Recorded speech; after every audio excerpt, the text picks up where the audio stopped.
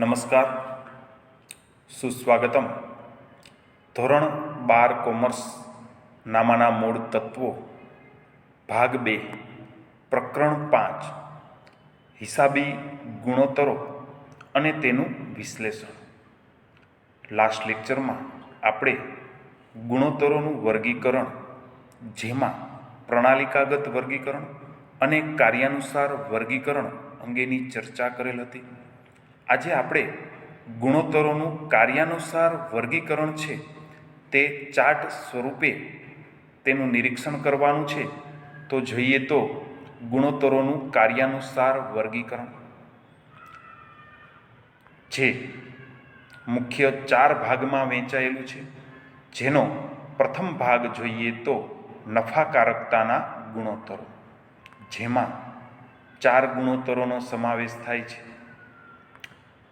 ત્યારબાદ બીજો પ્રકાર છે તરલતાના ગુણોત્તરો, જેમાં 2 ગુણોત્તરોનો સમાવેશ થાય છે. ત્યારબાદ સદ્ધરતાના ગુણોત્તરો, જેમાં 4 ગુણોત્તરોનો સમાવેશ થાય છે. અને ત્યારબાદ કાર્યક્ષમતાના ગુણોત્તરો, જેમાં પણ 4 ગુણોત્તરોનો સમાવેશ થાય છે. તો નફાકારકતાના જે ગુણોત્તર છે તેમાં જે 4 ગુણોત્તર છે તેમાં નંબર 1 કાચા નફાનો ગુણોત્તર, ચોખ્ખા નફાનો ગુણોત્તર, કામગીરી ગુણોત્તર અને કામગીરી નફાનો ગુણોત્તર. તો આપણે નફાકારકતાના ગુણોત્તરોમાં આપણા અભ્યાસક્રમમાં આપણે આ 4 ગુણોત્તરોના સૂત્રો અને તે સૂત્રોથી આ ગુણોત્તરો કેવી રીતે મેળવાય તે શીખવાનું છે. ત્યારબાદ તરલતાના ગુણોત્તરોમાં 2 ગુણોત્તર, એક ચાલુ ગુણોત્તર અને એક પ્રવાહી ગુણોત્તર. તો આ 2 ગુણોત્તરના સૂત્રો અને તે સૂત્રો પરથી આ ગુણોત્તરોની ગણતરી કેવી રીતે કરવી તે આપણે શીખવાનું છે. ત્યારબાદ સદ્ધરતાના ગુણોત્તરમાં નંબર 1 દેવા ઇક્વિટી ગુણોત્તર, નંબર 2 કુલ મિલકત દેવા ગુણોત્તર, નંબર 3 માલિકી ગુણોત્તર અને નંબર 4 વ્યાજ આવરણ ગુણોત્તર. તો સદ્ધરતાના ગુણોત્તરોમાં આ 4 ગુણોત્તરનો સમાવેશ થાય છે, જેના સૂત્રો અને ગણતરી આપણે કરવાની છે. અને ત્યારબાદ કાર્યક્ષમતાના ગુણોત્તર, જેમાં 4 ગુણોત્તર, નંબર 1 સ્ટોક ઉથલો દર અથવા સ્ટોક ટર્નઓવર દર અથવા સ્ટોક ગુણોત્તર, આ નામે તેને સંબોધવામાં આવે છે. તેવી જ રીતે કાર્યશીલ મૂડીનો ઉથલો, ત્યારબાદ દેવાદારોનો ઉથલો અને ત્યારબાદ લેણદારોનો ઉથલો. તો આ 4 ગુણોત્તરની ગણતરી આપણે શીખવાની છે. તમને 1 માર્કમાં પ્રશ્ન પૂછાય કે નફાકારકતાના કોઈ પણ 2 ગુણોત્તરના નામ આપો, તો તમે આ સૈદ્ધાંતિક ચર્ચાને આધારે તે પ્રશ્નોના જવાબ આપી શકો છો. પ્રવાહી ગુણોત્તર છે તે કયા પ્રકારનો ગુણોત્તર છે? તો તેનો જવાબ થાય તરલતા પ્રકારનો ગુણોત્તર. તો આ સૈદ્ધાંતિક ચર્ચાને આધારે કે આ ચાર્ટને આધારે તમે 1-2 વાક્યમાં જવાબ આપો તે પ્રકારના પ્રશ્નોના જવાબ સરળતાથી આપી શકો છો.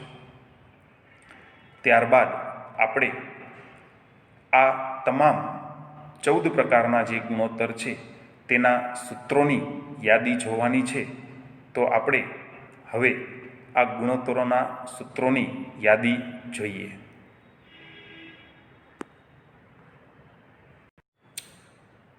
ગુણોત્તરોના સૂત્રોની યાદી આ મુજબ છે. સૂત્રોની યાદી. નંબર 1 કાચા નફાનો ગુણોત્તર. આ સૂત્રો યાદ રાખવા સરળ છે, કારણ કે આ જેટલા નફાકારકતાના ગુણોત્તર છે તે તમામમાં છેદમાં વેચાણ આવે તેટલું યાદ રાખો તો તમામ ગુણોત્તરના સૂત્રો યાદ રહી જાય તેમ છે. કાચા નફાનો ગુણોત્તર છે તેનું સૂત્ર આ રીતે છે: કાચો નફો છેદમાં કુલ ચોખ્ખું વેચાણ ગુણ્યા 100. તો નફાકારકતાના તમામ ગુણોત્તરમાં છેદમાં કુલ ચોખ્ખું વેચાણ કે ચોખ્ખું વેચાણ આવશે. અને ઉપરનું જે પદ છે, અંશનું જે પદ છે, તેમાં જેનો ગુણોત્તર છે તેનું જ નામ આવશે. કાચા નફાનો ગુણોત્તર, તો કાચો નફો અંશમાં દર્શાવવામાં આવશે. હવે અહીં કાચો નફો કેવી રીતે મળે? તો કે વેચાણમાંથી વેચાણ પડતર બાદ કરતા કાચો નફો મળે. અને વેચાણ પડતર કેવી રીતે મળે? તો કે શરૂઆતનો સ્ટોક પ્લસ ખરીદીના ખર્ચા અને માઇનસ આખર સ્ટોક કરતાં વેચાણ પડતર મળે. ઘણી વખત દાખલામાં ચોખ્ખું વેચાણ ન આપેલ હોય અને તેને સ્થાને વેચાણ પડતર અને કાચો નફો આપેલ હોય તો તે બંનેનો સરવાળો કરી અને ચોખ્ખું વેચાણ મેળવી શકાય છે.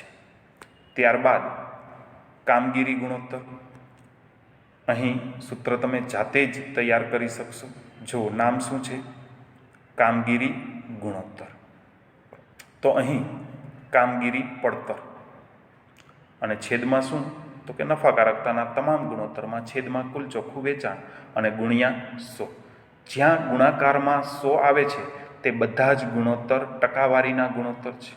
એક માર્કમાં પ્રશ્ન પણ પૂછાય કે કાચા નફાનો ગુણોત્તર કયા સ્વરૂપનો ગુણોત્તર છે? તો તેનો જવાબ થાય ટકાવારી સ્વરૂપનો ગુણોત્તર. અથવા એમ પણ પ્રશ્ન પૂછાય કે ટકાવારી સ્વરૂપના એક ગુણોત્તરનું ઉદાહરણ આપો. તો કાચા નફાનો ગુણોત્તર જવાબ આપી શકાય, કામગીરી ગુણોત્તર જવાબ આપી શકાય, કામગીરી નફાનો ગુણોત્તર જવાબ આપી શકાય, કે ચોખ્ખા નફાનો ગુણોત્તર જવાબ આપી શકાય. તો જોઈએ, કામગીરી પડતર છે તે વેચાણ પડતર પ્લસ કામગીરી ખર્ચા કરવાથી મળે છે. એટલે વેચાણ પડતર પ્લસ કામગીરી ખર્ચા છેદમાં કુલ ચોખ્ખું વેચાણ ગુણ્યા 100. હવે અહીં વેચાણ પડતર પ્લસ કામગીરી ખર્ચાને સ્થાને કામગીરી પડતર તેમ પણ લખી શકાય.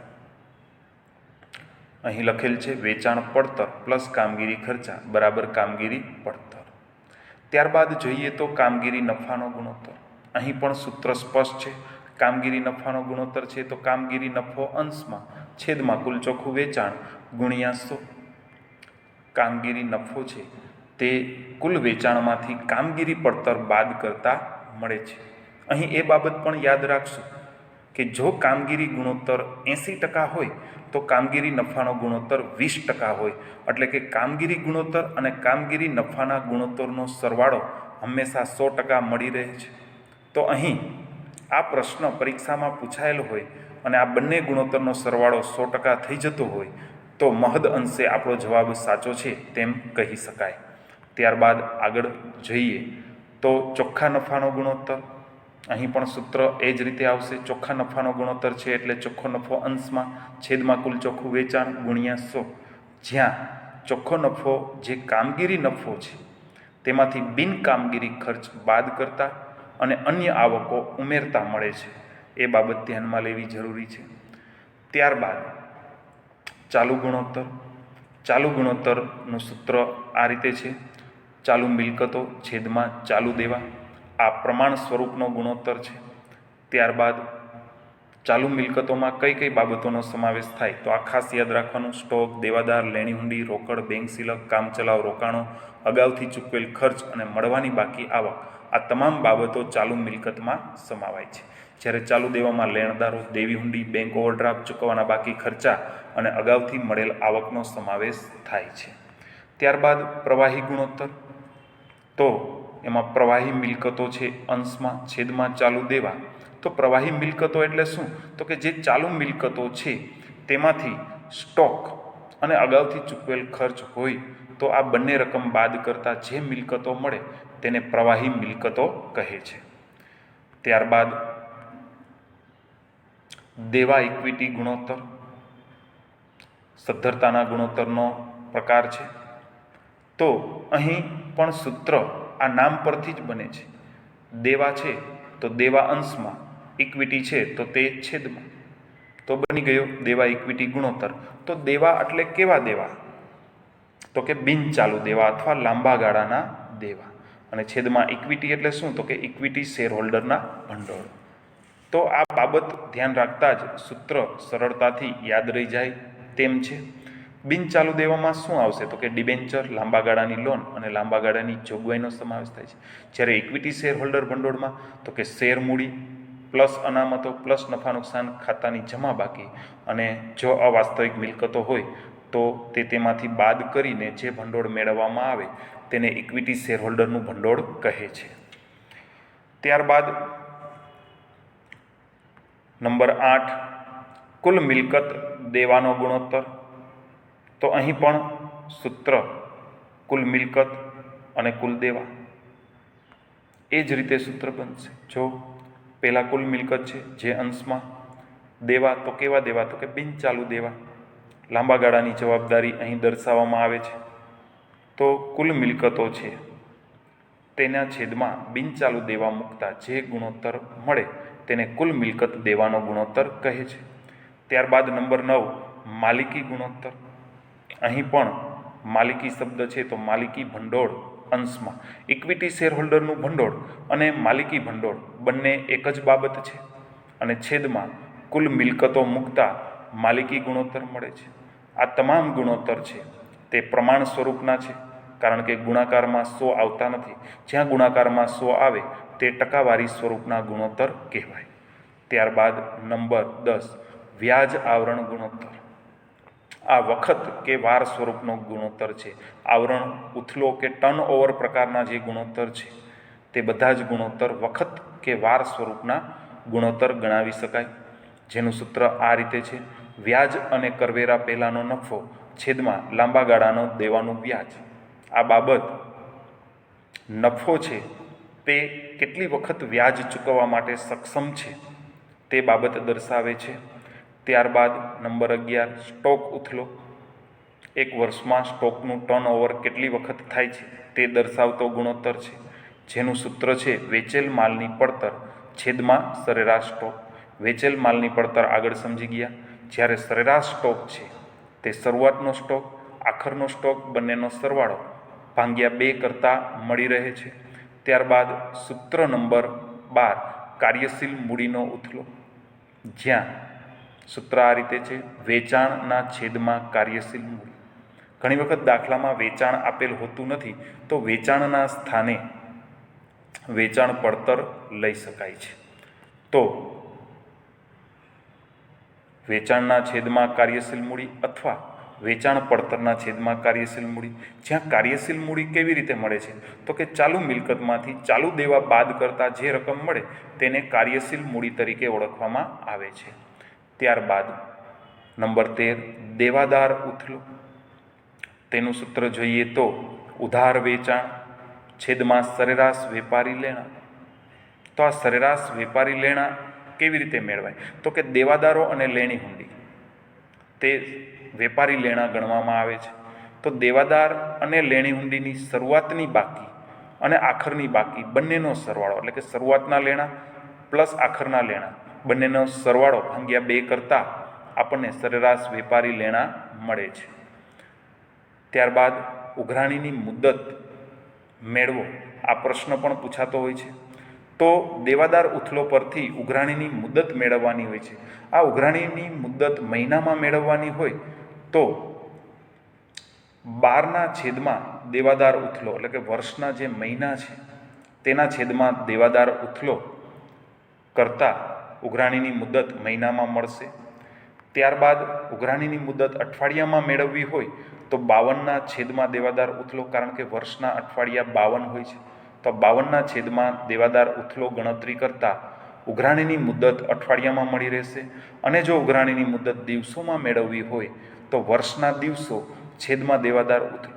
અહીં 365 મેં નોંધેલ છે, પણ ઘણી વખત રકમમાં એવી સ્પષ્ટતા કરેલ હોય કે વર્ષના દિવસો 360 ગણવા, તો 365ને બદલે 360 લઈ અને દેવાદાર ઉથલો છેદમાં મૂકી ઉઘરાણીની મુદત દિવસોમાં મેળવવાની હોય છે. ત્યારબાદ 14, લેણદારનો ઉથલો. દેવાદારના ઉથલાથી વિરુદ્ધ સૂત્ર આવશે. ઉધાર વેચાણ છે ત્યાં ઉધાર ખરીદી આવશે, અને સરેરાશ વેપારી લેણા છે ત્યાં સરેરાશ વેપારી દેવા આવશે. તો આ રીતે સૂત્ર બનશે. હવે સરેરાશ વેપારી દેવા માટે એ જ રીતે કે લેણદારો અને દેવી હુંડીની શરૂઆતની બાકી એ શરૂઆતના દેવા કહેવાય, અને લેણદારો અને દેવી હુંડીની આખરની બાકી જે આખરના વેપારી દેવા ગણાય. બંનેનો સરવાળો ભાંગ્યા 2 કરતાં સરેરાશ વેપારી દેવા મળી રહે છે. હવે ચૂકવણીની મુદત મહિનામાં જોતી હોય તો 12ના છેદમાં લેણદાર ઉથલો, અઠવાડિયામાં જોઈ તો 52ના છેદમાં લેણદાર ઉથલો, અને દિવસોમાં જોઈ તો 365ના છેદમાં લેણદાર ઉથલો. અને અહીં રકમમાં સ્પષ્ટતા કરેલ હોય કે વર્ષના દિવસો 300 ગણવા તો 365ના સ્થાને 300 મૂકવા પડે. આ બાબત ધ્યાનમાં રાખીશું. અહીં આ 14 સૂત્રોને આધારે આખું પ્રકરણ આપણે શીખવાનું છે. તો નેક્સ્ટ લેક્ચરમાં આપણે વ્યવહારિક ઉદાહરણો જોઈશું. અહીં આ સૂત્રો તમને સમજાઈ ગયા હશે, સરળતાથી યાદ રહી જાય તેવી રીતે અહીં રજૂઆત કરેલ છે. તો આશા રાખું છું કે આ તમામ સૂત્રો તમે યાદ રાખશો, અને તેવી અપેક્ષા સાથે આ લેક્ચર અહીં પૂર્ણ કરું છું. આભાર અને અસ્તુ.